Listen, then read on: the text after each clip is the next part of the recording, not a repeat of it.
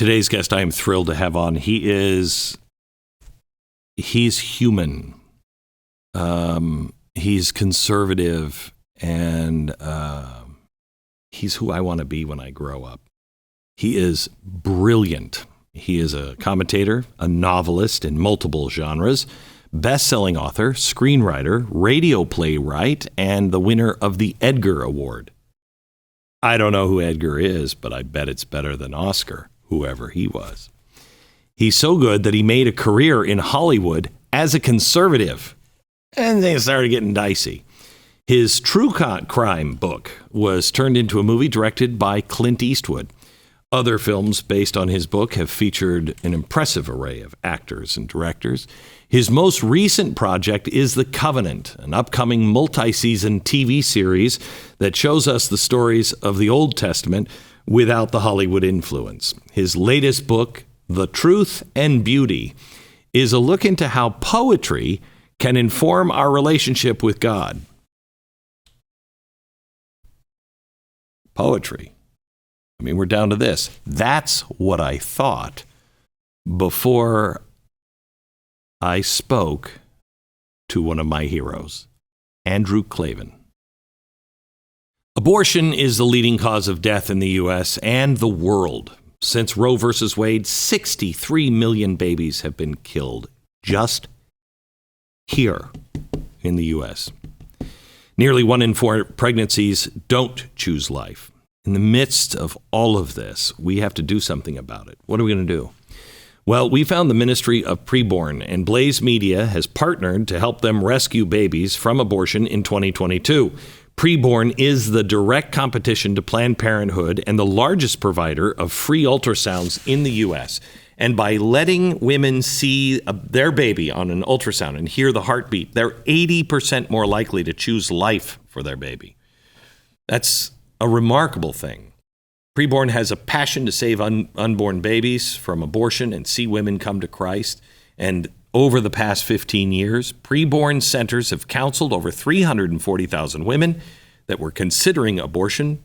More than 169,000 babies have been saved. Holy cow. What did you do with your day, dear? I was in a meeting. That's a remarkable thing. Here's the thing. You are the answer. You are the hero of every preborn baby in this nation and the ambassador for eternal life for every mom, dad, and family that walks in to every preborn partner clinic. You can help rescue babies. Donate pound 250. Say the keyword baby. Just hit pound 250, keyword baby, or you can go to preborn.com/Glenn.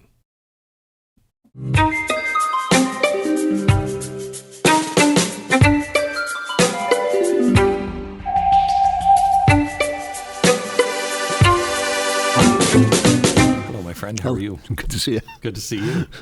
It's been a long time since we've actually sat in the same room. I think I saw you in Los Angeles last time. That's a long time ago. Yeah, it's now years. I don't know how many people I have told when people say, tell me interesting people that you've met or, who's really stuck out. And I say, always Andrew Klavan is not only intimidating because he's so smart, but he is also one of the most honest and genuine people I that's know. Very kind of you. Yeah. Coming from you, that's a great compliment.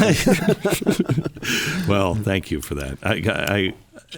I'll never forget when we first sat down. We actually were at a friend's house. Yeah. We were having dinner, and you came up to me sheepishly. Do you remember? Yes, I do. Will you tell the story? Well, this was something that ate at me it must have been over a year. When I started doing my podcast for the Daily Wire, I was completely inexperienced, and I was making jokes, my usual kind of, funny stuff. And I made a couple of jokes about you. They were jokes that I have made to your face. They are jokes that I made on the Blaze. When you started the Blaze, you hired me to do satirical things, and I used to do these jokes about how crazy you are. Right. And I would say to your staff, "Is Glenn going to mind my calling him crazy?" No, he knows he's crazy. You know what I'm saying? So I did it. I urge people to make fun of me. So you do. You have always been. Yeah. So I did it on the air, but you weren't there to laugh.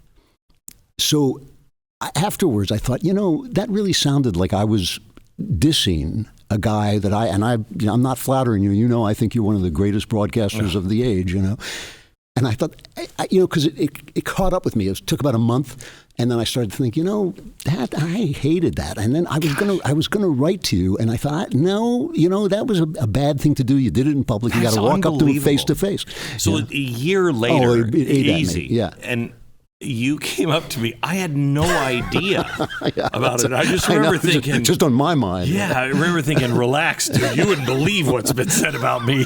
Whatever you thought. But I like you. I will tell you that not a lot of people have that kind of integrity. Oh, well, it really does. I want to be... The thing is, my life has all been words. It's writing words, now it's talking words. If the words coming out of my mouth are not saying what I mean them to say, or they're not true, that's what keeps me up at night. That is the thing that really makes me think I'm not doing what I'm supposed to be doing. That is, words have real power. Real power. Yes, and they are. I won't speak for women, but for a man, if his word isn't good, what is he? Somebody asked me just the other day, what's the thing that has been said about you? Does any of it bother you? And if so, what is the worst thing? And I said, when people question, he doesn't believe that. He's got an ulterior motive, whatever. Because I've worked so hard to keep my word, right? Yes. And that's the first thing your opponents always say. You're doing it for the money. You're doing it for this. You're doing it, And when you really try to be careful with your words, when you really have true intent of trying to do good, it's crushing because it's the only thing that you really own. Your words are the only thing that you really own. Yes, and I'm sure this is true of you. I've lost a lot of money by my words. I've lost jobs and I've been blacklisted and all these things. And so it's kind of nuts when somebody disagrees with you. Just say you disagree. This is why. Instead of you're just doing this because Ben Shapiro told you to, or whatever it is they say, because it is offensive. I mean, at this point, I figure my reputation walks in front of me. Anybody who knows me knows that it ain't so. And, including Ben, because I drive him crazy. Yeah. But I want to say that is an amazing think tank you guys have there. It's amazing. It really is. And we started in a place that looked like this. We started in Jeremy Boring's pool house. Me and Ben just doing podcasts on a card table. I remember. Yeah. I remember. It took 5-6 years, and it was huge. Yeah. There was a moment where we were gonna merge That's together. That's right. But then you scuttled that and went to the Blaze. No, I don't think that's not my recollection. But I will tell you that it is. I was so disappointed in one thing. I love the fact that you all get together and you all just talk about things. Oh, and great. That was. That's the one thing because a lot of the people work out of Dallas. Some of them, Crowder works, 45 minutes away. Mark is up in Virginia. And so we don't have that chance to sit around and just be a brain trust. And that's great. It was an amazing experience, especially as it was coming up, because we were all kind of packed together in a little space, and then Trump came along, and there was so much to talk about, so much to figure out. Nobody had ever seen anything like him before. We were yelling at each other, screaming at each other, but it was all very friendly, and it helps you think. Part of thinking is talking. Is conversation, which is one of the problems in our country right now. Is nobody talks to one another. Right, and if you can't talk, if you can't question, what are we? Really, you cannot move without questioning. The one thing that I think makes you different is that you are a God guy. You're a deep philosophical guy. You've written. I've got to get to this book, but you've written The Truth in Beauty, and usually when I'm reading my books on the romantic poets, which I never do, but you say that through poetry, you can come closer to God and the scriptures. Oh, no question about it. These poets specifically, these are the Romantic poets. For a brief period on that little island of England, 6 of the greatest poets who ever lived, Keats and Shelley and Wordsworth and Coleridge and Byron, were all living at the same moment, all writing in the same moment. And they were writing in a moment which was incredibly like this one. They had the French Revolution, but we had the 60s where everything changed and we thought it was going to be paradise. It all collapsed. It all became terror. For us, it became the Cold War. For them, it became the Napoleonic War. And it was all surrounding this issue of faith, the fact that faith had gone out of the world. And these poets were basically trying to say, if the age of reason has led to a reign of terror, what did we do wrong? Wordsworth was a big supporter of the revolution, and then it just became a bloodletting. And he said, what did we do wrong? And they started to deal with the fact that God had gone out of the world. They didn't always know. Coleridge, who was the brightest of them, always knew. And so when I went back, I became a Christian, as you know, late in life. I was almost 50. And when that happens and you're not a cradle Christian, you look at some of this stuff in the gospel and you think like, I don't know what this guy is talking about. He says, turn the other cheek. Should I? I mean, is that if like somebody slugs me, am I really going to turn the other cheek, or am I going to deck him? I mean, that's, and you start to think, well, what is he talking about? And so I thought, I'm going to go see if I can find out. I'm going to put everything out of my mind, just read Jesus as Jesus. No Paul, no theology, nothing. I taught myself Greek badly, and I started reading it in the Greek. You're very Jefferson. I'm very dogged. I'm dogged. Yeah. I taught myself Greek. Well, I taught myself Pig Latin. So, but I started reading this, and I thought, this is all the stuff that's in the Romantics. The stuff that Jesus is saying is the stuff that's in these great poems. Jesus was actually telling us something. He was actually teaching us a way to look at the world that would do what he said. He said, well, the joy that's in me, he said, will be in you. And that's been my experience of Christianity. It has made me a much more joyful, much more serene person. Me too. Yeah, I mean, it's like magic. It's kind of strange. Jordan Peterson, he talks about the importance of salvation and forgiveness. Yeah. There's nothing that replaces that. Nothing. I mean, it is. Yeah. I believe. And I know what redemption has done to my life. I mean, it's changed me fundamentally. But, people will be atheists and they'll say, you know what? I know it's worked for me. And even if it's a giant con and I believe it and therefore I'm a better human being, I'm great with that. If I wake up and it's just dirt around me, I'm like, crap. You know what I mean?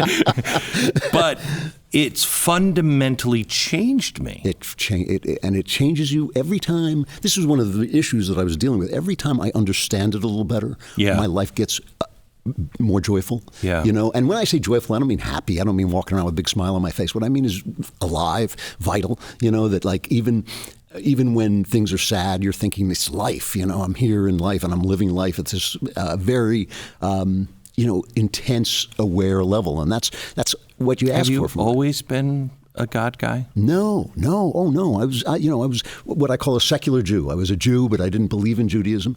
I was raised with it, but my parents didn't really believe in it, so I thought it was just hypocrisy. I've told you, I think, the story before. When I was bar mitzvahed, I got all these gifts, thousands of dollars worth of jewelry and stuff like this, and one day I just took it and I threw it away because I was lying. I didn't believe in it. And after that, I just thought, I'm done. I was a sophisticated, modern coastal guy, and this was not what people talk about. Yeah, I went to Berkeley, yep, and I was an artist, and I was working in Hollywood. I was working in publishing. There was nobody around. But first going through my own, craziness, my own trauma of childhood and youth, and I really had a breakdown in my 20s. I genuinely went nuts. I mean, in my 20s. And through a great psychiatrist who just recently died, who was the only mentor I ever had, he cured me. I'm like the guy who was cured by a psychiatrist. I'm like the only guy. You're the guy. I'm the guy. And it was only when I started to become happy that I started to think, well, now, if I follow this thought that is leading me to God, it won't be a crutch. When I was miserable, I would think, well, I'm not going to just grab onto God as a crutch because then it's not real. But once I started to think I'm happy, then logic led me to God. Like you cannot. The one question that no one has ever been able to ask me is, why should you care what's right and wrong if you don't believe in God? Why shouldn't you just get what you want? Or pretend you care and then get what you want. And that's what the Marquis de Sade said, the only honest atheist writer I ever read. He said, there is no God. I'm going to rape people and kill them because I find that really fun. And I thought, like, yeah, that makes sense. But it's also hell, It would, doing things out of the flow of God or the universe or whatever, it's very enslaving, but it's very attractive because do whatever you want. Especially in the moment. Yeah. And I would absolutely, there's no governor on you except yourself. Right.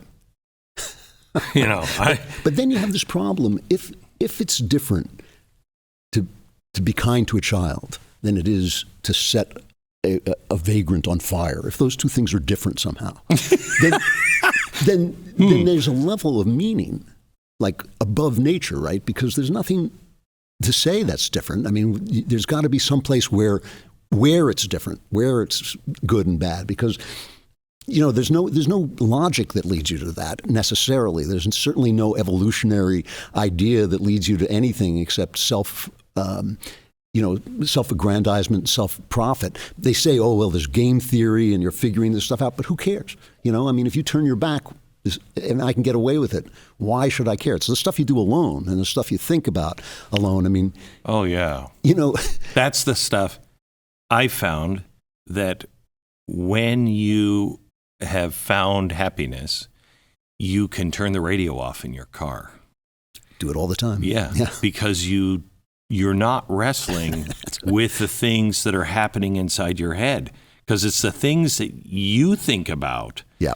You know what I mean? That just keep playing these tapes over and over and over again. That is, it's a great metaphor, because I'm one of the few people who doesn't play the radio in the car. I love to be in the car and think and all this stuff. But you're right. There's so many people with the headsets plugged in and the phones in front of them. And of course you do that. Of course you have to do it.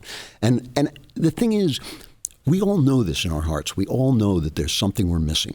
And it's not going to church and shouting Jesus, Jesus, Jesus. It's not necessarily, going to a soup line. It's some intense connection with life, where the life that's in me is also out there somehow. That exchange between this spiritual world, this level of meaning, and me. And I think that that's what so many of us are missing. And a great philosopher, your writer was showing me, René Girard, who's a wonderful philosopher. And he said, once you get rid of that connection, then you've got two things. You've only got what you've got inside you. So if I say I'm suddenly turned into a woman, then I'm suddenly a woman. And then you've got this confusing world outside that has to be explained by experts. So I'm a woman, but I can't leave my house until Anthony Fauci tells me to, And so, but if you have this connection, suddenly you think like, no, wait a minute, I've got this, I understand this, I'm going to need help, I'm going to need information, but I can live in this world because I'm part of it. I'm part of this world. It's, have you ever lived on a farm? No. It's fascinating. Yeah. I have a ranch, and when my kids were really small, we had sheep, we had goats, we had cattle and chicken and everything else, and all of a sudden, everything made sense.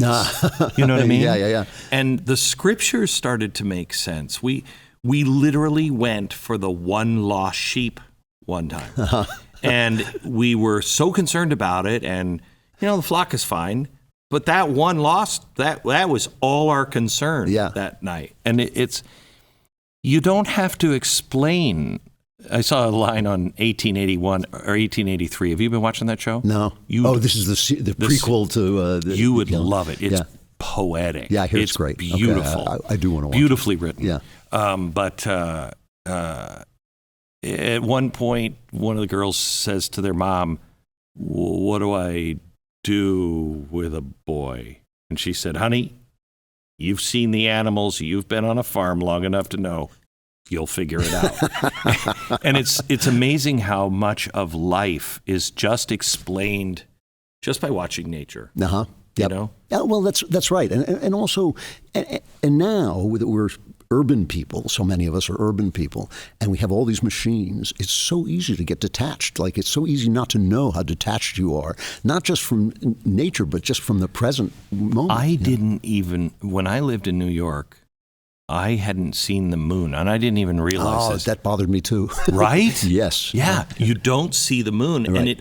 and at least for me, I didn't recognize that until I left and I went out to the ranch and the stars and the moon, and I realized I'm so caught up in man's world. Yeah. I hadn't. You sit around a fire, you do the same thing. No matter where you are, no matter what language you speak, you sit around the fire, and eventually somebody says, you know, man, we are small. You know what I mean? Yeah. And if you don't have that experience by living in a city where all you could see, everything you see pretty much is what man made, even Central Park, man made that. Right. You know, you completely lose perspective, and we have. And you lose your sense. The moon always bothered me specifically because you lose your sense of time. The only way we experience time in the city is that you get older, you start to feel creaks and pain and all this. But there's this great wheel turning around constantly, everything in relationship with everything else, and just sitting for a moment, as you say, and saying, "Oh, I get it. That's what I'm. This little tiny speck of dust." And you know, it really does remind. You know, it's so much. It's about values, the way you, the moment that you're in. Like, am I going to be kind to this person? Am I going to show my love to my wife? Am I going to do the right thing in this moment? And it's so much easier when you're into the flow of the world. You know, I mean, it's not mystical. It's not like new age airy fairy craziness. It's simple. It's actual just living. It is actually just living. And I think that. You know, it pains me to see what churches and church life have become. It pains me to see that religion has become so much of a side in a battle. You know, I'm on the Christian side, and you know, you're one of those lefty. You know, and no, I actually do believe that you can sit next to someone with whom you disagree. I have good friends that are atheists. Yeah.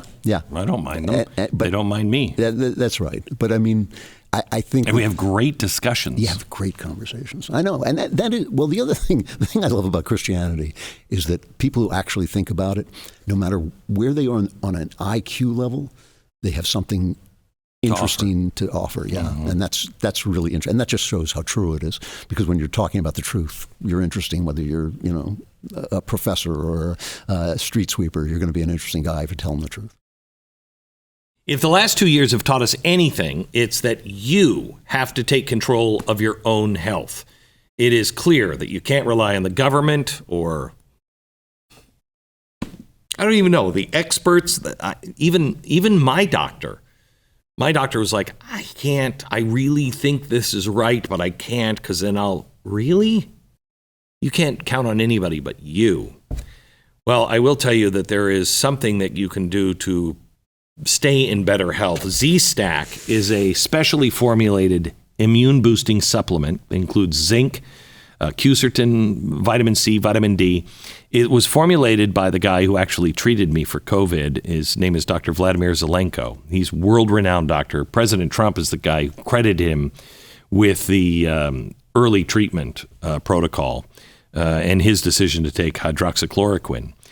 So he's been working, and he came up with something called Z-Stack. It's scientifically formulated, it's kosher, GMP certified, and it's produced right here in the U.S. I take it every day, and by taking Z-Stack daily, you are supercharging your immune system. Z-Stack, formulated to help combat any and all variants as well as the flu. So please start taking it now. Stay ahead of any potential future variants by preparing your immune system now. Order Z-Stack. You'll become part of the Z family and receive exclusive updates from Dr. Zelenko on this pandemic. Go to zstacklife.com/Beck. zstacklife.com/Beck. Promo code Beck. So I've watched a couple of movies recently. I don't remember what they were, but they've quoted Yeats and Shelley. Yeah. And I did this with I think it was the Bronte sisters too. I read Wuthering Heights was Bronte. And I remember reading the Brontes, Wuthering Heights, and I closed the book and I went, wow, there is something to these classics. And every time I hear these guys, I think I should read them because every time I hear a quote, it's like just so great. Good. Yeah. Convince me I should read this. You should read this? Yes. Oh, yeah, you should definitely read this because when you start to think about the stuff Jesus said, it's confusing. You know, Peter walks on water and he starts to fall because he gets afraid. And Jesus says, "Oh, ye of little faith." And I always thought, really? Because I have a lot of faith and I can't walk in water at all. You know, like I've never taken. So what is he talking about? Why does he say that? You know, why does he say stuff like love your enemy? Like, really? I mean, because we all feel that stuff is good. You know, it's kind of become. And until you take it all away, until you take all the holiness and the piety and the theology and the church life, until you take all that away and just sit with this man. You know, the reason I started writing this book is I said to my son, who's this brilliant guy, Oxford scholar, you know, I said to him, I don't understand the Sermon on the Mount. And I feel that it makes sense, but I just can't turn the lens and bring it into focus. And he said, that's because you're trying to understand a philosophy instead of trying to get to know a man. And when I went back to, and it's hard to get to know Jesus, right? Because he's Jesus. You're sort of, like, oh, dude, you know. Yeah. But when I went back to these poets, I thought like, oh, they're inventing Jesus. They're reinventing him because he's gone out of the world. He's gone out of their life. And so they have to reinvent him from scratch.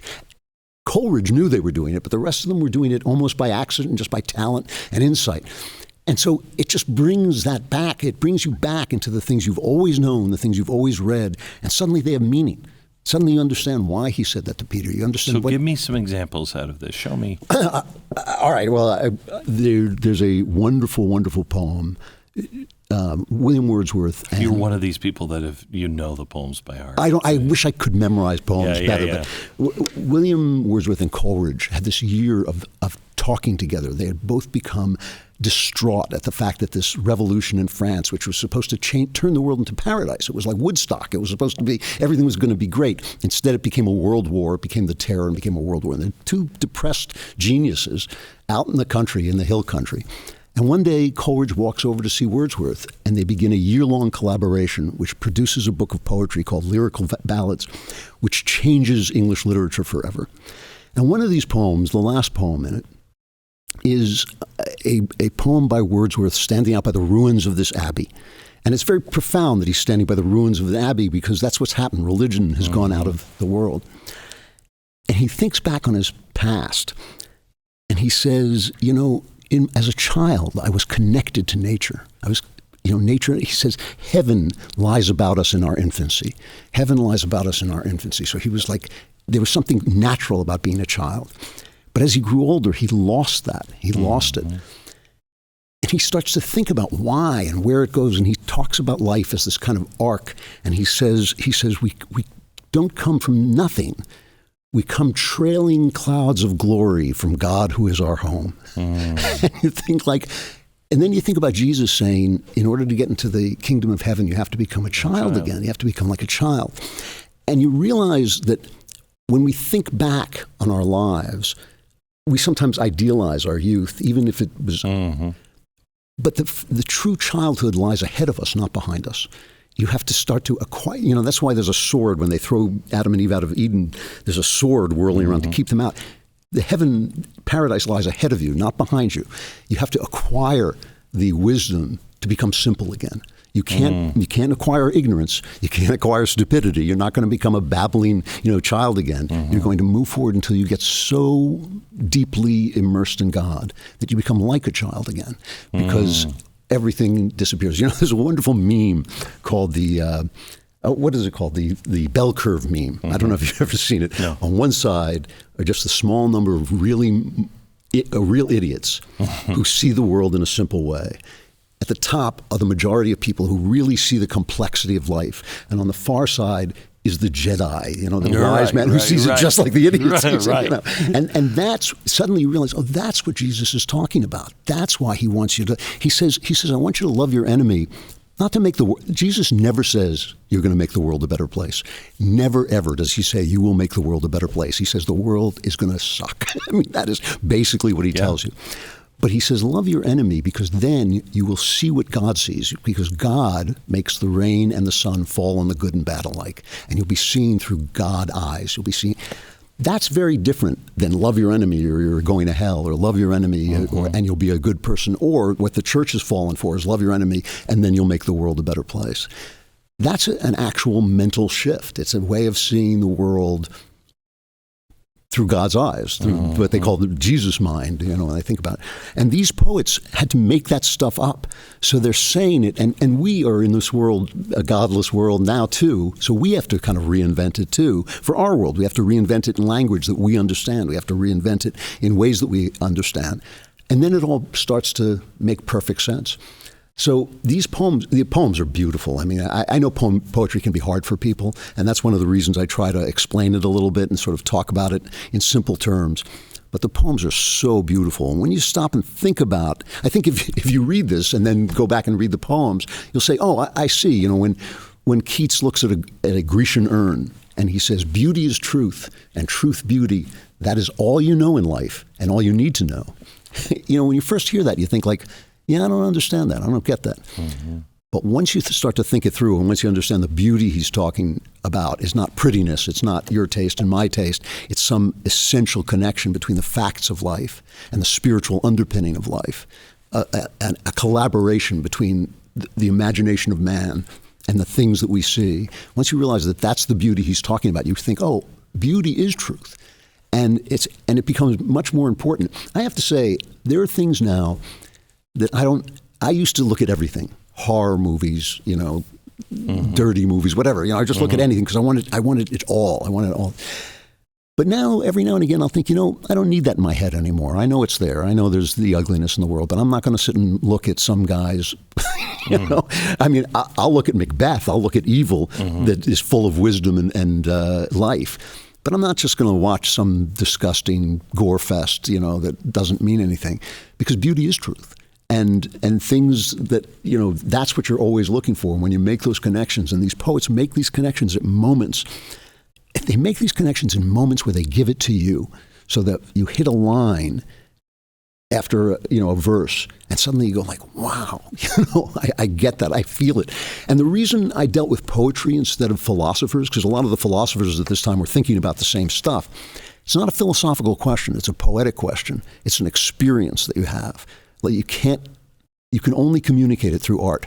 You can't communicate it by the kinds of things I'm saying now. I can't put that experience in your head. But you've experienced it. You've seen a movie or read a book, and or a poem, and suddenly you go like, everything kind of makes more sense than it did.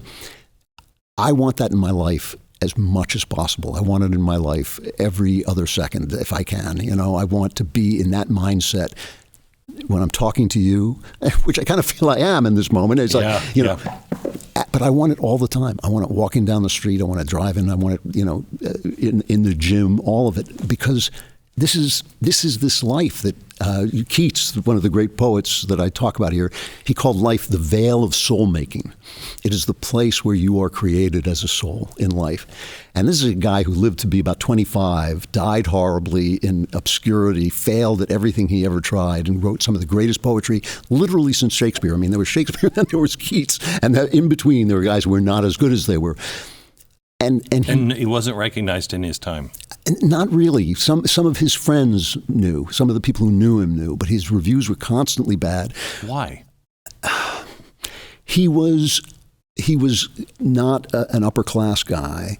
Politics was just like it is now. Wordsworth became a conservative and was canceled. You talk about cancel culture. There are great poems written about what a horrible person Wordsworth is because he became a conservative after the Revolution. And though Keats was not really a political person at all, some of his friends were radicals, and so the conservative press came after him.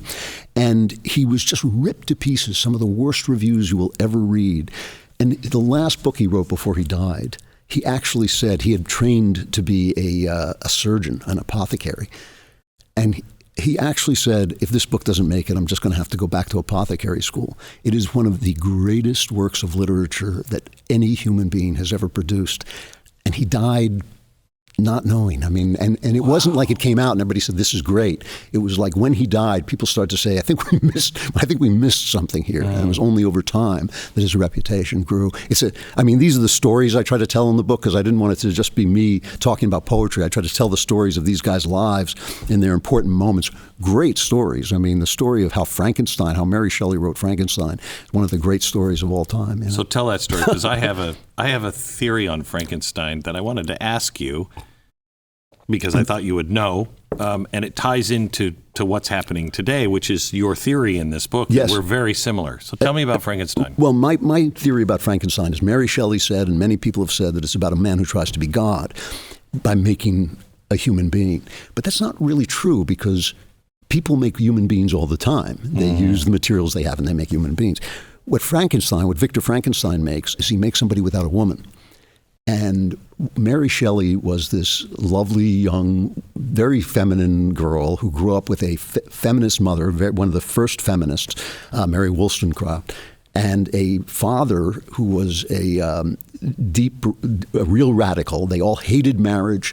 They believed in free love. She ran off with the poet Percy Shelley, who believed in free love.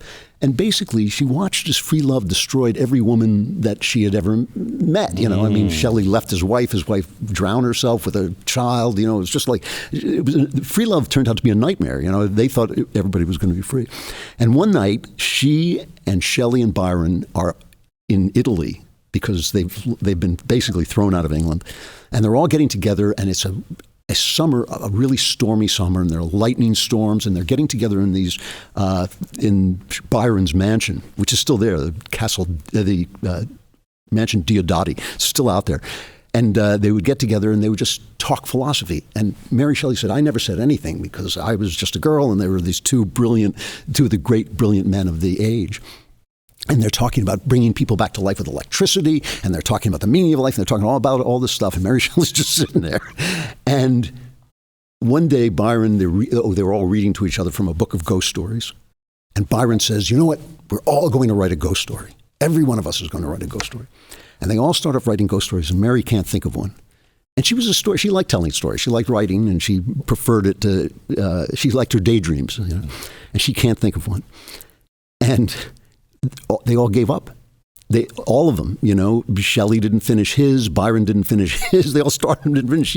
And she was just embarrassed because she couldn't think of one. And then one day she's lying half asleep, and she has this vision of a man basically in a laboratory doing something. And she writes Frankenstein. And what Frankenstein is about getting rid of women. It's about science's attempt to get rid of the female body, basically. And I show you how in the book. It's what she's talking about. And if you think about science fiction ever since, if you think about all the dystopian books like Brave New World and Fahrenheit 451 and what's the one that the kids like, The Giver, which is a young adult one.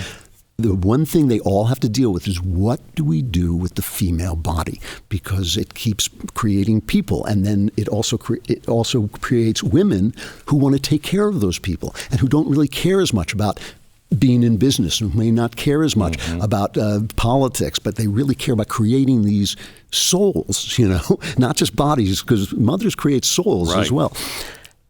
And if you think about science fiction, this was the invention of science fiction. Mary Shelley, she was, I think, 19 when she wrote it. Crazy. She invented science fiction. This is the invention of science fiction and science fiction horror. And if you think about it, like a lot of science fiction is about women's bodies. If you think about Carrie having her period, and you think about The Exorcist as a little girl basically coming into womanhood, The Matrix is a word that comes from womb, basically. And it's by these two transgender guys who create a world in which, you know, the world doesn't exist at all. It's just that there is no creativity. There's just people's minds. Women's bodies are, you know, even God, when he wanted to become a person, chose a mother. You know, he's God. He could have just said, you know, I'm just going to appear, but he didn't. He chose a mother first. Mothers are at the center of human life, and the feminism that has convinced women that they are just mothers, that they are just homemakers, and need to really get out in business. The feminism that says to businesses, you have to take care of women by giving them daycare, instead of saying by paying their husbands enough so that they can actually do the work that they were given to do. It is, I think, has made women miserable. I mean, before COVID, when I was speaking a lot in colleges, I would get up and I would say, young women look miserable to me. If I'm wrong, after I'm finished talking, get up. No, never happened. Not once did a young woman get up and say, no, we're really thrilled with the way women's lives are going. So this moment when Byron says, let's all write a ghost story, and none of them does except for Mary Shelley, is transformative because it introduces one of the real philosophical problems of a godless world. What do we do about the creative force of a woman's body, which is not just the giving birth, it's also nurturing a child. I talk about this because Wordsworth writes a whole poem about the interchange between a mother and a child that she's nursing and how it gives them life. And this turns out scientifically to be correct. I mean, it turns out that this interchange, this thing that happens between mothers and babies, creates individuals. What do we do about that? And why do we live in a society that not only doesn't honor it, but tells us that men can do it too, and that, yes, if I suddenly decide I want to be a woman, I'm a woman, and if I want to, be in women's sports and defeat every woman around me because I'm actually not a woman, I'm a man, that's all fine. When did we lose this sense that we were made in God's image, male and female, and this female part is half of the enterprise, and it's core to the enterprise? We have lost the respect, the awe that people felt about that when they were worshiping the Virgin Mary. So, but did we feel that way? Because, women were property. Yep. These two men are talking, and I'm not going to say anything because, right. You know what I mean? Yep. I'm just a woman. It's an interesting thing. When you go back into the literature, it is always true that people who are stronger hurt weaker people, right? Because we're sinful and broken. Women have something men want, which is their bodies. And so it's just a recipe for abuse and cruelty and abuse of law. But when you go back and read the literature in the West, women are treated a lot differently than you think. They're spoken about and thought about a lot differently than you think. If you look at the Bible, the first time they talk about the Ten Commandments, the last commandment is, thou shalt not cover thy neighbor's wife or his house or his mule or anything that belongs to him. But the second time, hundreds of years later, when they write the Ten Commandments in Deuteronomy, they say, thou shalt not cover thy neighbor's wife, and thou shalt not cover his house and his mule. Women are not looked at as property. There was this slow advance. It took a long time because it's just too tempting to treat them as property, treat women as property. But there was this slow advance, really, from the very beginnings of Western civilization until now, of women becoming people. And the era that I'm writing about, the Romantic era, this was when people started to say, well, maybe women should be allowed to vote. Maybe women should have equal rights. Maybe this is when they started to think about that for reasons that I explain in the book, which are not actually just philosophical reasons. They're actually practical reasons. But that has been happening in Western civilization from the beginning. It just takes slow centuries to figure out. So I've got two questions, and I'm going to write the second one down. But I want to go back to Frankenstein, and I don't even know why I'm doing this because you have nailed it, and now mine seems really stupid. But in reading Frankenstein, because I read it, I don't know, last year or something with my son as he was studying it in school, and I said we'd read it together. And I've read it before. It's just fantastic. It's a great book. Fantastic book. Yeah. But what I was struck with, because I love futurists. Yeah. And right now we're debating, life. Right. What is life? Yep. Ray Kurzweil said by 2030, you'll be able to download you into a computer. And I've said to him, that's not me, Ray. That's not me. But they believe that. Yeah. And I'm thinking about those things and what's coming in AI and ASI, and then I'm reading Frankenstein. And I thought, we're living in very much the same age. God is on the ropes. All of these things are happening. Society is changing. The Industrial Revolution, everything is changing.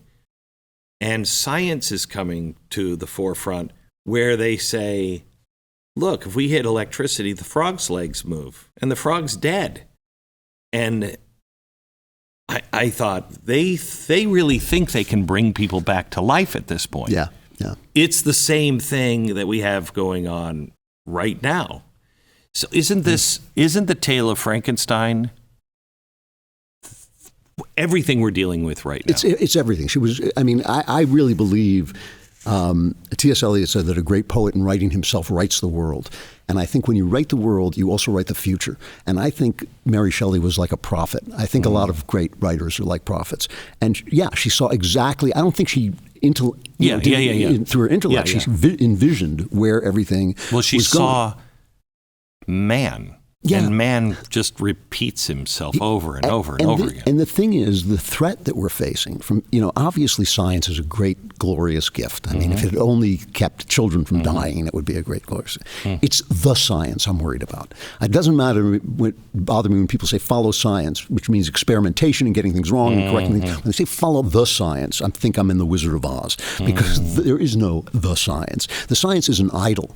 And the idol is that there is something that there is a way to solve the problems of humanity without eliminating humanity itself, and that's a real problem. That's what I think Mary Shelley saw. That if you can get rid of women, I mean, women are the obstacle, because they are this consequence for our sexual urges. They create consequences for that. They create new life, which is just this out of control thing. They are needed to create souls. When we want everybody to be working on the machine, we want everybody to be part of this, machine economy, and consume. You should be consuming things. You should be buying stuff. The question is, how are we going to go forward and remain human beings? The question is not how are we going to solve the problems of humanity. It's how are we going to go forward as human beings. And there are a lot of people now saying, no, we shouldn't do that. I mean, this guy Yuval Harari wrote a book called Homo Deus. Terrifying. Yeah, it's terrifying. Terrifying. He says it doesn't matter what you think. And Christians believe, they don't believe there's one end of the world. They believe there's two ends of the world. There's one for the saved, and there's one for the salvation impaired, right? And I think that world, that mechanical world in which we become like unto gods, but we lose our humanity, is the world that you and I are trying to avoid. When I talk about all the books and movies that grow out of Frankenstein, one that I talk about is The Terminator. And The Terminator is about a world where the machines rule, but a hero is born. So what do? They go back to kill his mother. They send somebody back to kill his mother. They don't kill him. They go back to kill his mother. And who is his mother? In that first Terminator, the genius of that first movie is she's just a girl. She's just a girl. She's not a muscle person. She's not a hero. She's nothing. She's just a girl, wants to get her hair done, wants to have dates, wants to go out and party. It is her girlness that they want to kill. And I think that when we look at this, we have to start to say, well, wait a minute. If now we understand that the stone that was thrown away, women, maybe one of the cornerstones of the temple, maybe we should start to think about how we treat the human body and how we solve the problems of birth and how we solve the problems of sex and sexuality. Those are things that maybe Christians should be thinking about without saying, you're gay, so I don't like you, or right. All the kind of nonsense that it all boils down to when you're not really thinking it through. And so, I agree with you. I think that we are headed for a machine-like world, but not all of us. Some of us are going to opt out. And I think that is where the wisdom lies. So I asked Ray Kurzweil, because he was talking about, chips and implants and upgrades, basically what Stephen Hawking said would be the end of the Homo sapien by 2050. And, now you have Elon Musk with his Neuralink. And I asked Ray, what happens to those people who don't want an upgrade? And he looked at me so puzzled. They don't think things through. And he looked at me and he said, why wouldn't somebody want that? And I said, I don't know. They like the way they are. They're happy. They want to search for things on their own. And he said, no, everybody will get an upgrade. And I said, again, what happens to those who don't want one? Yeah. And he said, well, I can't imagine anyone that would want to deny this to their kids and everything else, but they would have to live, they'd have to be separate from society. That's Brave New World. Right. Yeah. He said, because you won't be able to understand what we're saying because we'll have all this knowledge running through our heads. You won't be able to understand. You will be a detriment to all of society. Yeah, I think that there is something to that. And I think, when I say that you have to go forward to go back, that in order to get back to your childhood, you have to move ahead. This isn't true of just individuals. It's true of the human race as well. We're not going to get rid of science. We're not going to say, oh, yeah, let the kids die and, we don't need. No, of course, we just want to guide it in a human fashion. That is not. That is why I talk about the last part of this book. Only part of the book is about the romantics. The last part is about Jesus. And it's about, let's re-understand. It's not changing anything he said, and it's not naturalizing what he said. He's the Son of God. He is exactly who he said he was, but it's just kind of trying to understand what he says. And I say that we can only create a machine universe, but he actually has a science that is very humanizing. And I think there may even be a version of upgrades that is more humanizing, that gives us more wisdom, that gives us more humanity. But the thing is, that's not going to be its first manifestation. Its first manifestation is going to be like what we have now. These phones. Look, I love the fact that I can get any piece of literature in the world on this thing in my pocket. That's a wonderful, wonderful thing. I don't so much love the fact that he keeps saying, look at this will make you angry. Look at this you want to buy this. That's the part I don't like. So, the idea that you can choose between those things, they always want to tell you that you take one thing, you get the other. But I don't think that's true. I think that there is a version of the future that is a human version. And I think some of us are going to opt for that. And we may be truly, truly hunted for it. I mean, we're being hunted now. I think that's without a doubt. Yeah. Without a doubt. Yeah.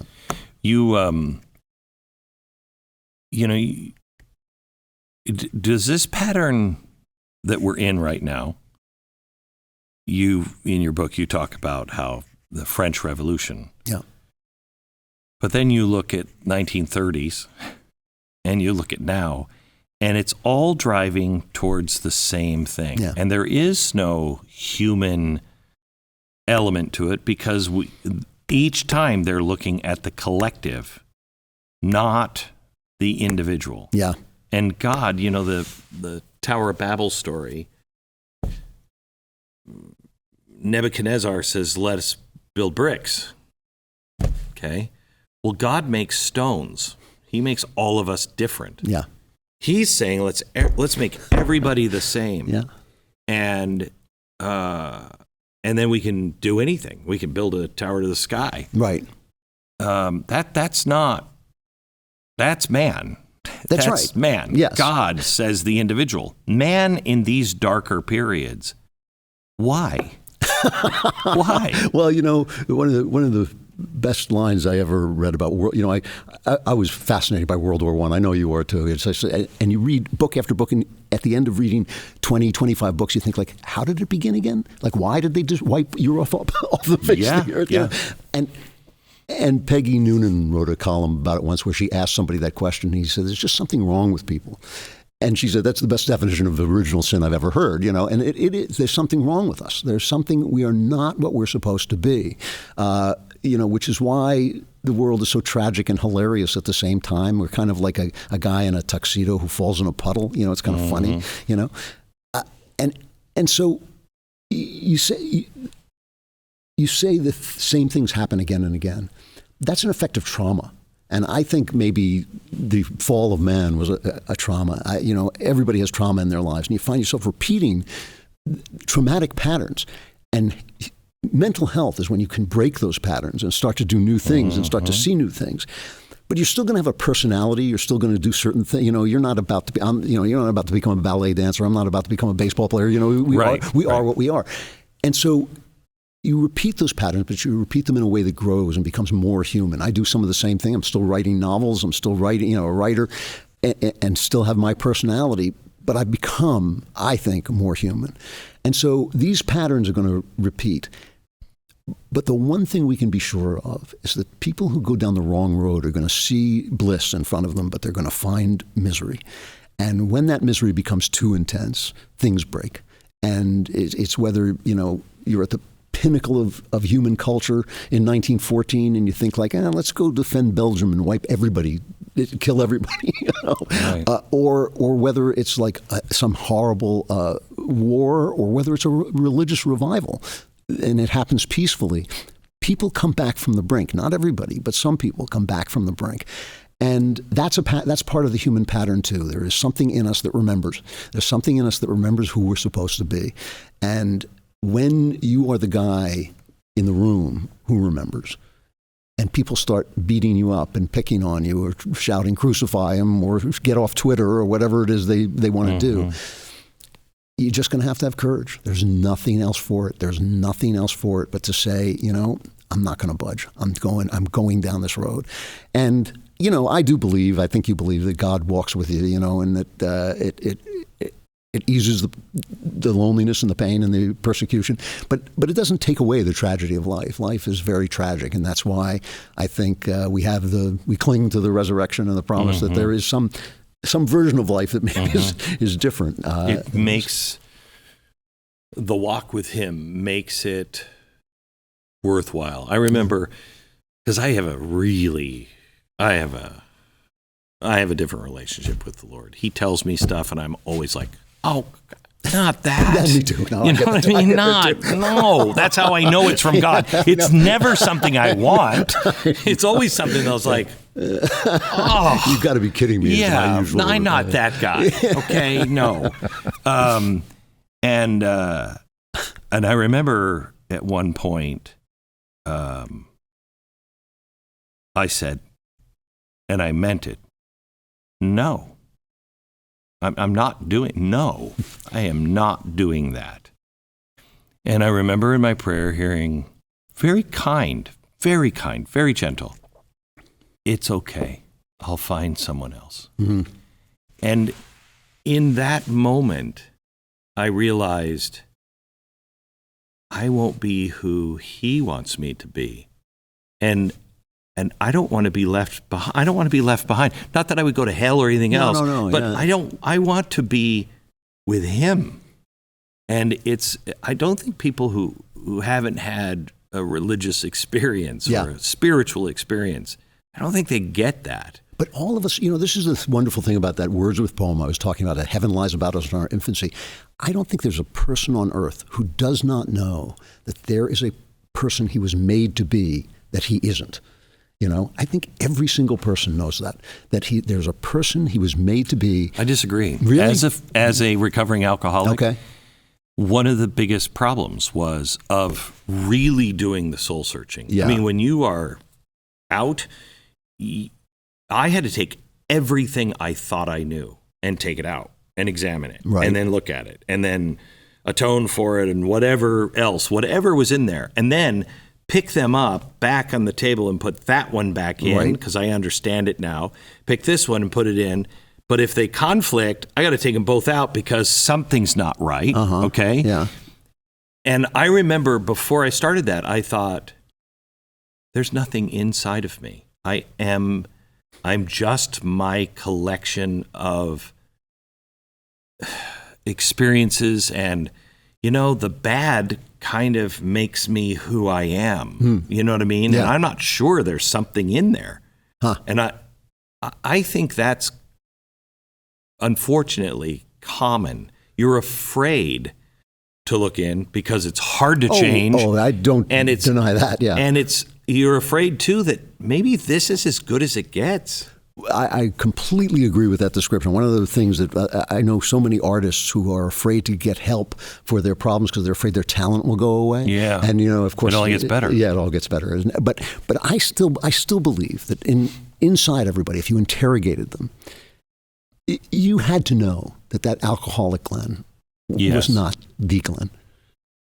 Yeah. I knew that was not the right path right. for me. Yeah. I mean, because when I look back, like I was miserable in my youth, and for a long time I had that idea, I'm an intellectual, so I should be miserable. It's hip to be miserable when you're young and intellectual, right? But I knew you are not supposed to be like this. This is not the way you're supposed to be. We're not supposed to be miserable. And I knew there was a me that had been made that I didn't have, And that's still true, but at least I feel now I'm walking in that direction all the time, which is just a joyful experience in and of itself. And it's weird that, like Viktor Frankl, it's very strange that even, as he said, sitting on the cart with a stack of dead bodies, a dead body, and I take an old sandwich from my pocket and I'm eating it, and I can just disappear. I become numb until I realize nothing can destroy my happiness except for me. Yeah. When you're singing in the prison and they're torturing you, that's a good place to be. I love that book, and there's the ill, sick woman who looks out at the beautiful branch outside. Yeah. That's the level of life I'm talking about. Yeah, that would be fantastic. I know, and I think because that shows you're not supposed to be miserable. That's right. Things can be the worst, but that's a choice of yours. But I always compare it to a movie. You're watching a movie or whatever, Downton Abbey or whatever, and somebody dies, and you're sitting there and you're weeping and you're weeping and you're weeping. And then you turn off the TV and you say, "That was great. I loved that." Life has that element to it that, it's incredibly painful. Some of life is just incredibly. That's some of the most beautiful stuff. But it's beautiful. Nobody wants to suffer, but everybody knows that suffering does something, grand. Beautiful. Yeah, I know. And it's like it's a strange system, but it is the system. And living at that level, every day you're even trying to do it. You're having a better day. So where are we? What's coming? Yeah. This cancel culture is getting scary. It's scary. One of the reasons I always make jokes about you, because sometimes I feel like you and I are like mirror images. Like I always think like you always think like I can connect these dots to a disaster, and I always think, yeah, but I can connect the dots. Yeah. What's really weird? Like that smiling and frowning face of theater. What's really weird is I always say, I'm a guy you do not want to be on the Titanic with until we hit the iceberg. Because I'm telling you, there's not enough lifeboats if we hit something. I'm the guy going, it could work out. Yeah. But as soon as we hit that ice, I'm good. I'm like, we're going to make it. Get in the lifeboat. Let's go. I always say that pessimists are always right eventually. Yeah. You'll kill me for saying that, but I actually believe that the good guys are on the offensive now. Oh yeah. Yeah. This is a wonderful thing. And it's like, it made me, I was watching, I guess we're all watching Joe Rogan take it. He's the latest guy on the chopping block.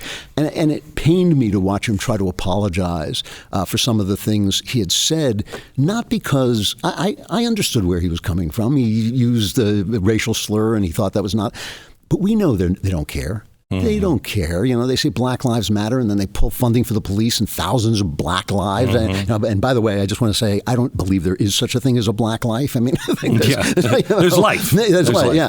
And it pains me to see him apologize, but it also showed me that he actually has a conscience. Yeah. It's the people who are attacking him. So I thought the same thing. I'm watching him and I was like, he's sincere. Right. He is sincere. But they don't care. They don't care. Yeah. And the debate is, should you apologize or not? And I feel pretty alone on this, that it's one thing to have an epiphany. And that's what he had. Right. Gosh, I'm watching this and this is making me uncomfortable. I haven't done that in a long time, but this was really bad, and I'm not that guy. Right. Okay? That's an epiphany. The apology, don't ever apologize to people who don't listen to you. I agree with you. Don't apologize to people who were never offended. Yeah. They weren't offended. Yep. The people who put that tape together, I can tell you they put that tape together with glee. With glee, right? Morality depends on context. The thing is, you cannot do the right thing at the wrong time. You have to do the right thing at the right time. And to apologize to people who really don't care and are just trying to advance cancel culture is wrong. But how would Christ have handled that? He wouldn't have been using the N-word. So, but well, we kind of know because they canceled him. We know that he just, they said, "Are you saying these things?" And he said, "That's what you said it," and he just stood there. And the thing is, if you're not afraid, that is the lesson of Christ Don't be afraid. It's like if you're not afraid, they really have no power over you. Mm-hmm. You have to have some trust that it's going to be all right, that you're going to make it through. But, I got kicked out of Hollywood. My leftist agent keeps telling me, no, that's not what you... He took this book. Liar. He read this book. He loved this book. This book? Yeah, this is my Hollywood agent. May I just read? This is okay. This is when Christmas comes. Yeah. And I just have to read the inscription that you wrote to me. Because I wrote the Christmas sweater a long time ago. You wrote to Glenn, sweaters are nice and all, but the true meaning of Christmas is murder. I did think of you because you wrote that wonderful book, and I thought, yeah, but no, you don't have the real killing in life. It's hysterical. But my agent loves this book, and he sent it out to everywhere. And he called me up and he said, I can't understand it. I haven't got even a nibble. And I said, well, I think I'm persona non grata. Yeah. I'm absolutely sure. He said, no, it's not that. He said, they mention it, but it's not that, Yeah. But the thing is, you can't be afraid of that. I mean, it really, is that really what it is, that you're not going to be in Hollywood, that, you're not going to get to write some movie? Yeah. That's not what my life is about. My life is what we started talking about. My life is trying to tell the truth beautifully. That is what I've tried to do. That's what I think it was given to me to try to do. Boy, what a beautiful mantra to have. That's the meaning of your life, is to tell the truth beautifully. No Hollywood producer can stop me from doing that. Wow. And so they can't take anything from me. I had to sell my house after that happened. My income went from here to here in a very short period of time. I never even thought, I thought about it. Obviously I had to take care of myself, but I didn't sit and go oh, boo-hoo, I lost my Hollywood career. I thought, no, I'm saying what I have to say. I'm doing the right thing. I know I'm doing the right thing. And if I have to live a little bit, differently, I can do that. If that's what you're worried about, that's why Jesus says you can't serve God and money. It's not because money is icky. Mm-hmm. It's because, if you put money first, you're going to make the wrong decisions. And the thing is, Glenn, I know a lot of Hollywood writers who went the other way, a lot of them. And there's something about them that I know the price they paid is bigger than the price I paid. I know it is. I can tell by the look in their eyes. I can tell by the way they talk about themselves. I can tell by the way they think about life. You just have to, if you're not afraid of these guys, they really don't have as much power over you as you think. And I think that's what bothers you about a Joe Rogan apologizing. You wonder, I hope he's being sincere, but you also wonder, is he thinking, well, I'm making a lot of money here, and if I lose Spotify, I'm not accusing him of anything. I don't know his heart at all, but I'm just saying. I watched it, and he may be thinking some of that. That may play a role, but he seemed, people misjudge people all the time. If Donald Trump runs again, why would people say he's running again? Yeah. Because he's an egomaniac. Right. He can't leave it alone. Yeah. I sat with him over dinner a couple of months ago, and he said, this is such a mess. He said, this is such a mess. He said, and I fixed it. I had it fixed. We were on the right track. And he said, and then he just sat there for a while, and I'm just eating my food, and he says, I look at all the people. He said, what I went through was hell.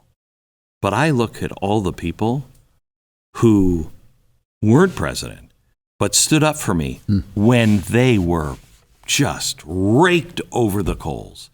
He said, I promised them I would fix it. And now it's broken. I think of them. They were loyal to me. You know how much he appreciates loyalty. He does appreciate He's loyalty. like, they were loyal to me. Yeah. How can I not be loyal back to them? It's a really interesting thing because I voted for Trump twice, and I thought, I was just the other day thinking about what an incredibly successul presidency he had until COVID hit. But I had real problems with his comportment, with his treatment of people, with his language. And I thought, well, why does it take a guy like that to do the right thing? He's not the greatest genius who ever lived. If he governed that well, it must be easier than others make it look. Yes.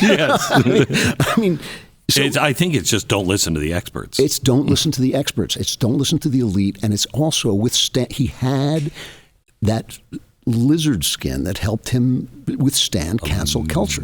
And this is the thing, people say, well, there's cancel culture on the right and there's cancel culture on the left. No, there's not. Cancel culture is an outgrowth of the leftist strategy of silencing the opposition by calling them hateful. That's all it is. That is the definition of cancel culture. It's Saul Alinsky, and it is the definition. And I hate it when people say, well, right-wingers, fire people for saying things. And there's always going to be that. If you worked for me and you said something horrific and hateful, I might well fire you for saying something horrific and hateful. But they have transformed all disagreement into hatefulness. Mm-hmm. And all the words they use, racist, white supremacist, phobic this, phobic that, all of them, they just mean shut up. That, just shut up and sit down. I think that that's where cancel culture comes from. So it's like you can distinguish between a guy who's done something genuinely horrible, like every single person at CNN. Is that crazy? It's nuts. It's crazy. It's like I worked there. I wasn't having an affair with anybody. Or what happened?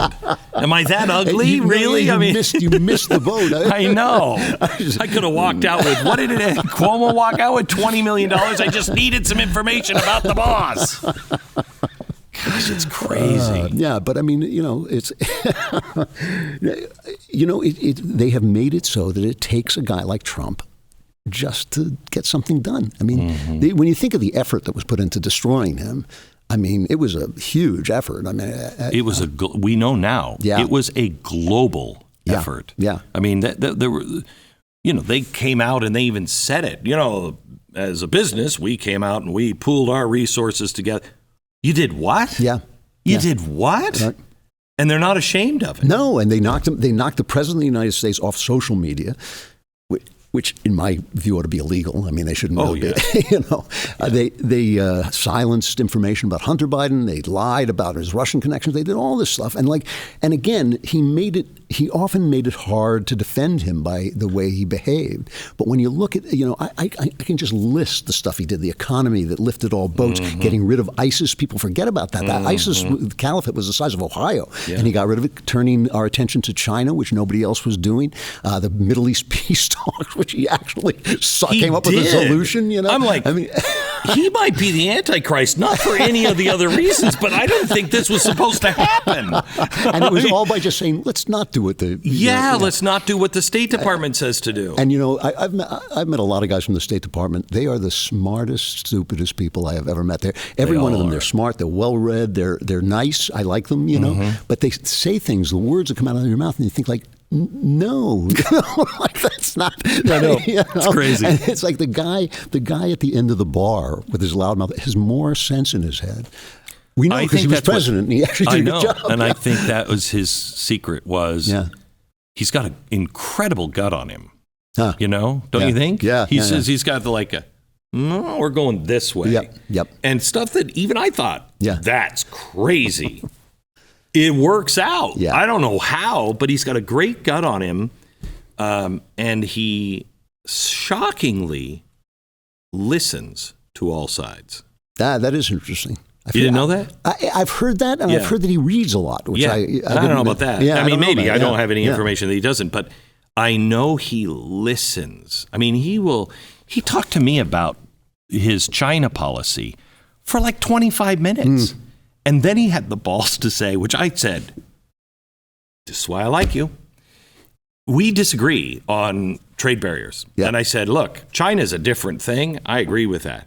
But trade barriers, and I made a case against trade barriers, and he made his case for, and I came back, and then he came back, and then I came back, and he was like, you know what, Glenn?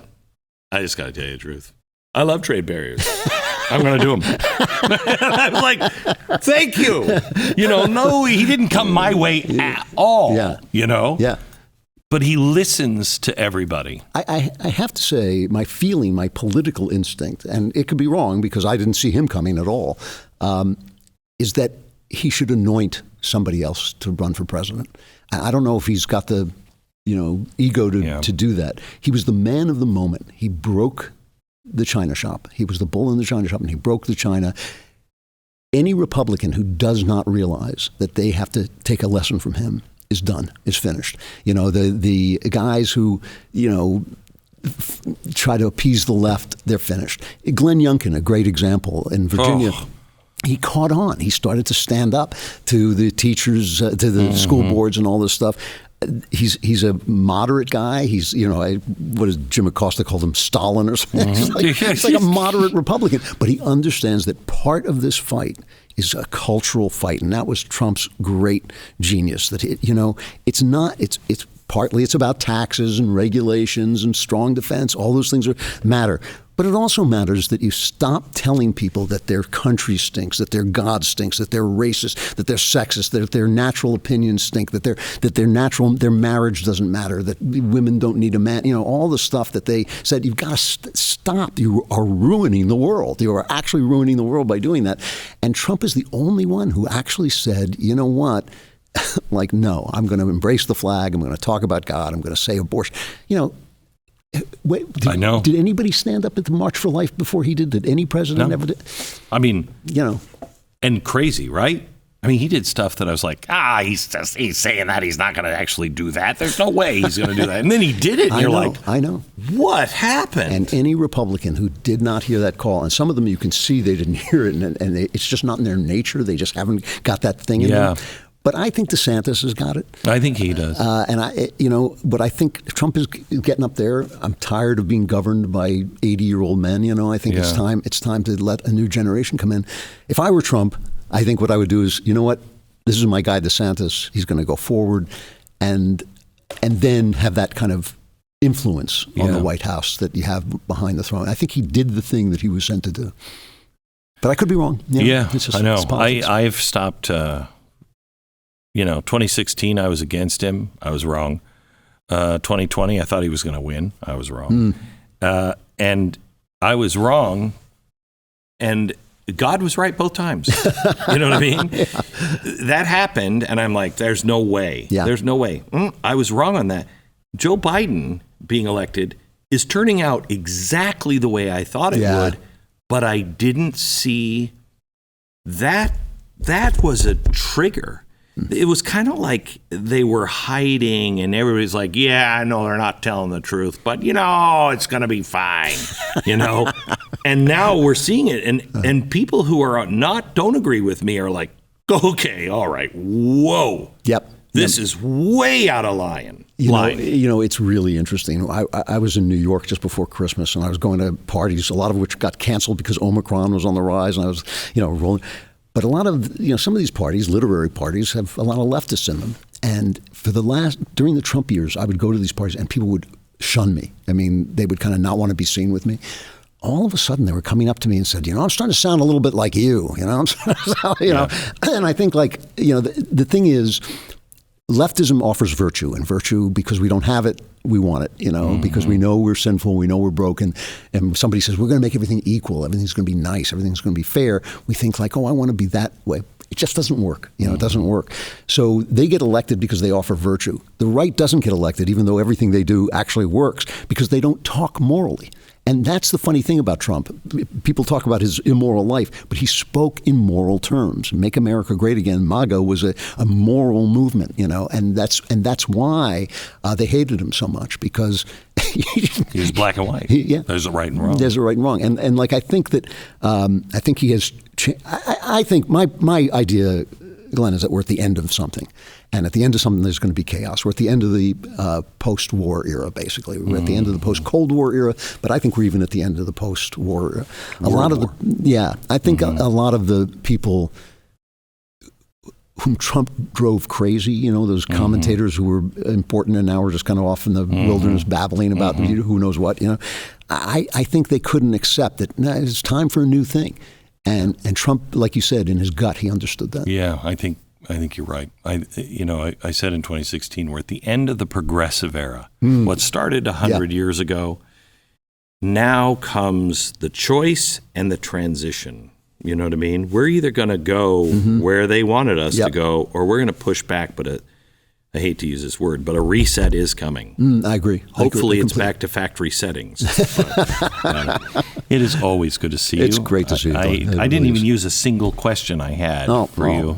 I want you to come back because I want to talk to talk to you about your dad. Oh, sure. Yeah. Your dad's a legend. Yeah. One of the great. That's how I recognize broadcasting talent. I can see I have to say I have a knack. I see people come along and I know exactly who's going to make it in the broadcasting world. He was a great broadcaster.